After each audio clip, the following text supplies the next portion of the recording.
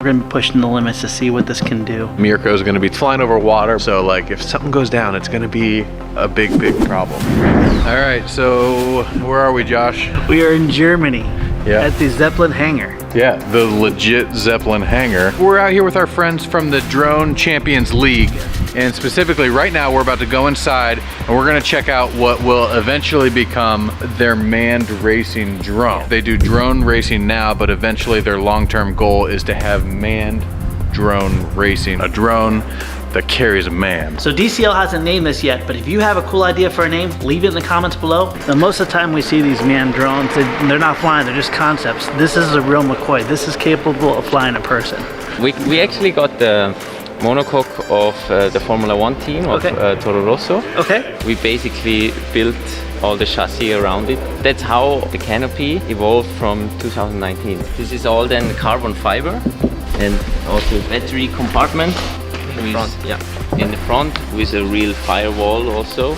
And he was saying you run 24 batteries? Is that We ran 24 batteries. That's ridiculous. 24 batteries. 14S as well, yeah. That is 24 unbelievable. 14S batteries. 14S, Yeah. Wow. What brought this idea to you? Like, how long have you been dreaming of this? 4 years ago, it was always the plan, you know, that to have an entry point for everybody with a game, Yeah. with a simulation, Yeah. where basically everybody can, you know, learn how it works and also have fun, and then take the step, you know, first with the small drones, Yes. and then maybe one day he can be the pilot of such a big drone. I love it. I love it. So cool. So friends, this is not typical to what you probably see most of the time here, and why we really love DCL.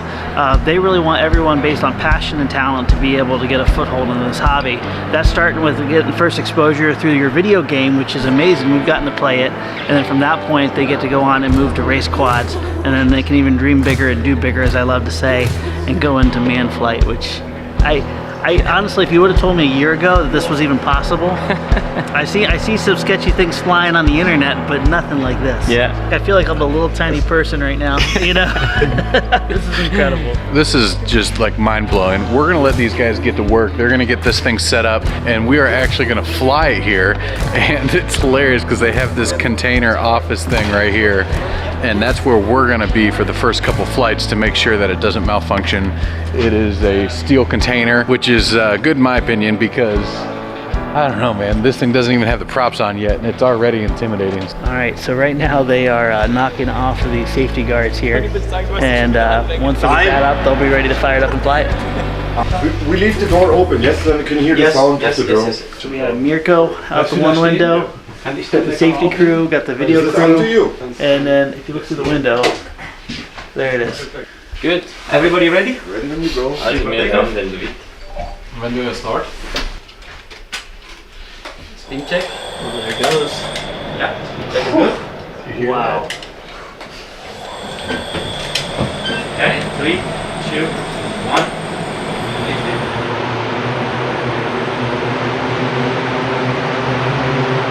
Oh, prop strike.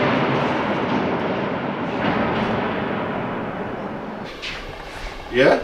This is the reality of pretty much every drone, whether it's small or large, isn't it? Absolutely. Yeah. Awesome. Let's see how it looks. Let's see how it is. So to think about this, when you lifted that off and you actually caught that it was going one direction and you killed it, most people would react even harder in that direction, and you put it down before. Absolutely. That's what I always practiced for saving my helicopters, because I was paying them at the beginning, so I practiced a lot on the simulator by, for example, going up with the helicopter in the simulator, closing my eyes, move them around random, and then open the eyes and try to recover as fast as I can and turn it off.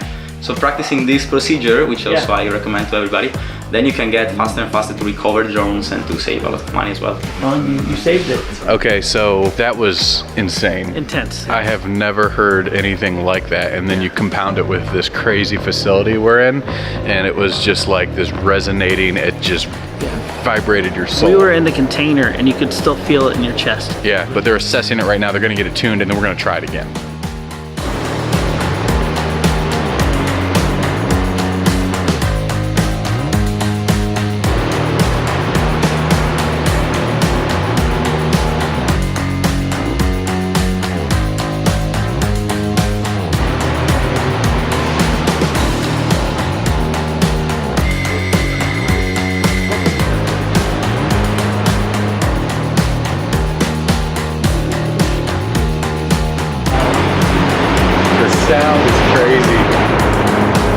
need to leave now. Okay. Yeah, it was a stressful day.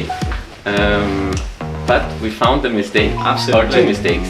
Yeah, the trim was The trim was a bit out for the yaw and a little bit the elevator and as well. we switched two motors. Two cables of the ESC, yeah, the signal wires. Like, we got crazy to understand that. But nothing broke. Luckily, only the spinners broke. That's pretty. No, I designed it. I think you guys are gonna sleep really good tonight. We'll get it tomorrow. Awesome. So you guys know that we're always building these huge, crazy projects, and maybe some of them are somewhat comparable in scale to this, but they're not comparable in power. So for example, like for a while there, we were using our T-motor motors, P80s, yeah. P80s. We did it on the giant mini quad. We did it on little Titan car, Tank. a lot of them, and they were great. They were really powerful. But the big difference between those and the type of electronics that they're using on this is these are high energy motors. So the props that we used on some of our big projects are basically like big air paddles. They're made for super efficient flight times and good power, but not super high energy. These are like High speed. These are like the opposite. These are super high speed, high performance electronics, and you can tell when that thing is flying. Just seeing it and hearing it in person, you can just sense the power by the sound that it's making. It's pretty crazy. You can get a motor to give you lots of thrust, but you're not going to get thrust and speed. These specifically are designed for thrust and speed. So just like a little mini quad has a deep pitch, you know, for that high energy, these have similar props to that. Yeah, so it's pretty cool working with the DCL team. There's so many parallels to being back home at the shop. It's a really cool team to be around, seeing them all firing on all cylinders. Looks like they're starting to disassemble. So now, from what I understand, we are going on a road trip across Europe to Croatia, Yeah. where they have the capability of actually flying this thing outdoors. According to Herbert and Mirko, they're going to be pushing this thing the limit. Yeah, they already know that they can make a person fly in this. It's my size. They want to do a loop. They want to say the first manned aerobatic drone. They're designing this thing to literally like do what a mini quad could do with a person in it. We are here. We're in Croatia. We've been on this crazy road trip. We're all a little jet lagged still. Now, there's a really big reason why we're here and not in Germany flying outside. First of all, it's not legal to do so. We drove all the way to Croatia, 8 hours away, just so they could actually get the permissions and the clearance to be able to fly this outside and really see what it can do. It's amazing little airport right on the edge of the water out there. If you go at the end of the runway, there's a drop off to the beautiful water. And honestly, it feels like we're back home in America at a little sleepy airport. The airplanes are a little bit different here in Europe, but other than that, it feels right at home. So now currently, if you guys aren't familiar with DCL, DCL is Drone Champions League, and it is a racing league that you can get into, and the way you do that is through their racing simulator or their game. Now they have a couple of their racing drones that they currently are using in the league right now, and it's really cool. It's very similar to what we use on the show to chase our planes, very high performance little mini quad race drone. Oftentimes getting into drone racing is a very difficult thing, and it also costs a lot of money to do so. The really cool thing about the game, it kind of follows our vision of trying to take down those barriers. People can practice, they can learn, and they can also have fun with friends and family. But when they get better and better as a pilot, they can also rank. And it's not based on a person's, you know, celebrity status that gets them into these races. It's their passion and their talent, and we love that. We had a chance to play the DCL game, and it is by far my favorite FPV. Yeah, it's not only very realistic with the physics, but it's extremely well optimized. And the thing I love about this the most is that you can play it on my gaming PC, but you can also play it on your PS4 or your Xbox. So not only is that cool because I have a PS4, but also it's going to open up the world of our awesome hobby to so many people out there who have their consoles. In the DCL game, there's all kinds of flight test skins. Exactly, yeah. Josh was just checking them out for the first time. If you guys like the flying toilet, the tank, the pig, the flying shoe, these guys hooked us up and all those skins are there, and also different variants which are really, really cool. So that leaves us with today, and they're going to be doing the first, I believe, outdoor test, but not just outdoor, first outdoor full acro aggressive aerobatic flying. Now we saw what Mirko was able to do in a small closed-in space with this and how much energy he can build up. He's really going to be pushing to the limits to see what they can do with this. We're here with Herbert here. We're about, what, 10 minutes out from the flight? 10 minutes, yeah. 10 minutes. You're the leader of the team here, and this has been a long time coming for you guys, right? Absolutely. Now only 10 minutes to go. Today's the day. Today's the day. and he's not shaking or anything right now. It's great. All right, so the quad is hot. They just fired it up. The beep scared the crap out of me. Are you guys excited? Yeah, and how you feeling? Let's do it. All right. Very good. Whew. All right. You see the wind? I think that's it. Ready to take off? All right, I'll get in there. All right, good luck, guys. Good luck. Let's see.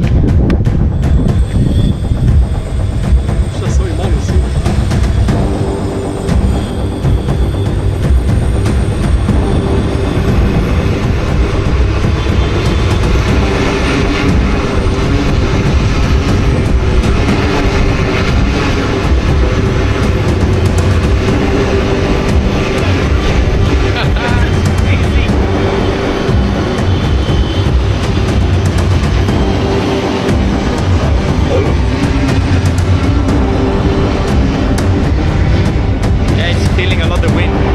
You on the way? A lot, yeah. Pretty windy.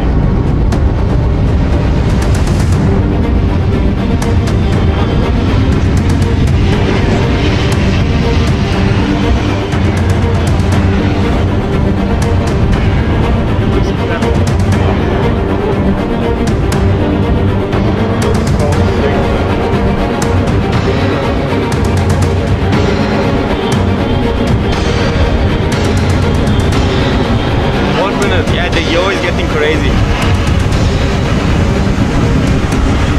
It's almost not responding to the yaw. On the wind, you can't override it. Yeah.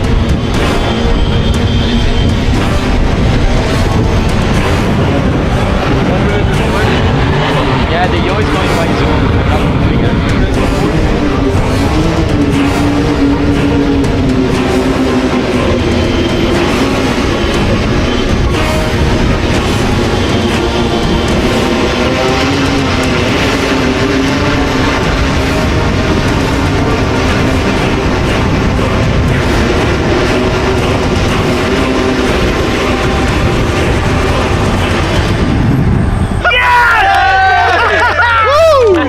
Great work!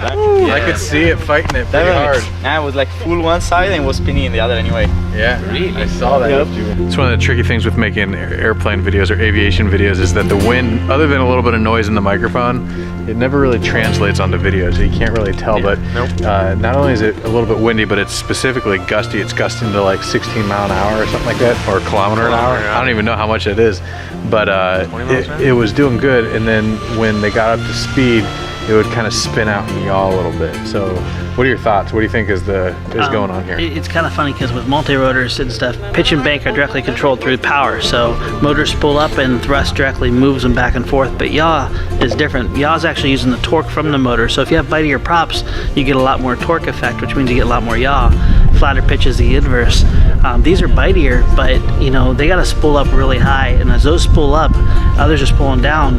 You're really working the whole system differently. You're imbalancing the whole quad and stuff. So I think ultimately what the Millennium Falcon taught us is you need to use Hyper yaw. Hyper yaw. Yeah. Hyper yaw mode. We need hyper yaw mode. I think doing any angle booms are going to be like a rework on a lot of the tuning for this. Yeah, suggested it to Mirko, and he said that would probably be the easiest thing. I think they tried that. When you came out here, did you think that you'd be wrenching on this thing? No, and it's an honor. Like seriously, like it's not just like we make crazy contraptions. They gotta fly one time. Yeah. Like this is probably more than my house, and and I get to turn a screw on it. And it's cool. But also, it is really just incredible how eager they are to take ideas and just how fun they are to work with. All the teams. They're great. They're awesome. Yeah. Today is the following morning after Mirko's amazing flight. The yaw seems to be fixed.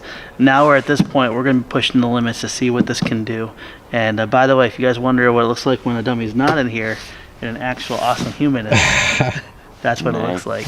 So we're at the end of the runway right here, right on the numbers. And over here, there is, what do you call it, fjord? Fjord. There's the fjord. There's basically a drop off, and there's beautiful water opening out into the ocean, and that's where he's going to be flying. He's going to be racing up and down the runway, pushing limits, going over the water. It's going to be amazing. Really, really cool. So yeah, we got some beautiful Croatian countryside that you guys are about to see, and also Mirko is going to be flying over water. So like, if something goes down, it's going to be a big problem. All right, so Mirko, real quick. Yeah. What's your flight plan? What are you about to attempt? Basically, my flight plan now is to take off from there, which is in the runway. Pretty far away. Pretty far away, exactly. So I hope I can see every centimeter of the drone movement. And then afterwards, we want to take off. I will fly in this direction towards this villa and towards the sea. Past the villa. Past the villa, go over the trees, and then we have different cameras and the goal is to fly basically over the sea and make a shoot about a nice turn with a lot of angle, and if possible maybe a backflip and a roll. Oh, just maybe a backflip over the sea. Yeah, exactly. So let's see how it goes. Everybody ready? Yep. Ready for takeoff? Yep.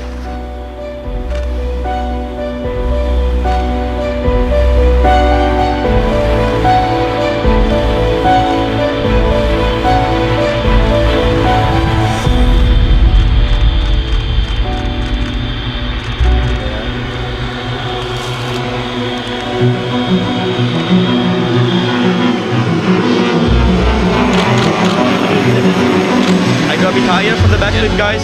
Okay.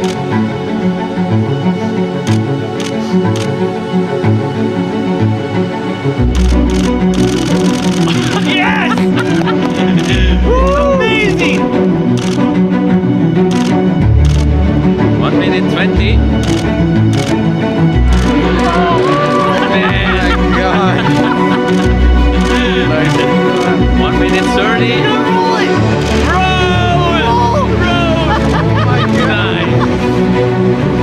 1 minute 39 seconds.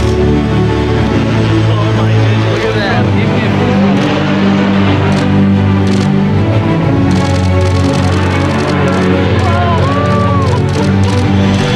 Now it'll be this high and I'm ready to flip it. 20 seconds. Oh, nice. Yes, that was perfect, dude. Now one roll. 3, 2, 1. Nice. Now let's do some funnel. 2 minutes. 2 minutes 5. 2 minutes 10. Oh my goodness. 2 minutes 15. 2 minutes 20. 2 minutes 25. What? 2 minutes 30. What the heck? That landing. Oh my God. 35. Oh my goodness, bro. That thing is amazing, guys. No idea.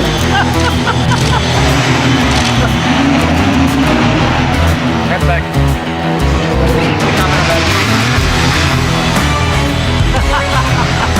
That was awesome.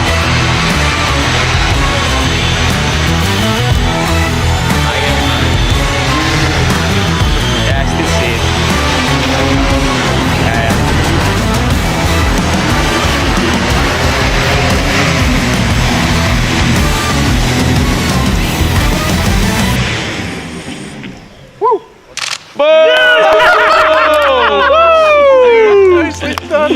Man, Good yeah. Gee, I feel like really honestly we just saw history, you know, another chapter of what this technology can do, but also it's caused me to like assess, I want to change my life goals here a little bit so I can someday fly one of these things. Yeah. And you guys can too. Yeah, here's the best part is the giant drone is awesome, it's huge, it's inspirational, but you can fly too with the DCL simulator. The game is available now, and it's not just on PC. You can get it on Xbox, you can get it on PS4. We'll put links down in the description if you guys want to check that out, and make sure you subscribe if you haven't yet, and until the next one, we'll see ya.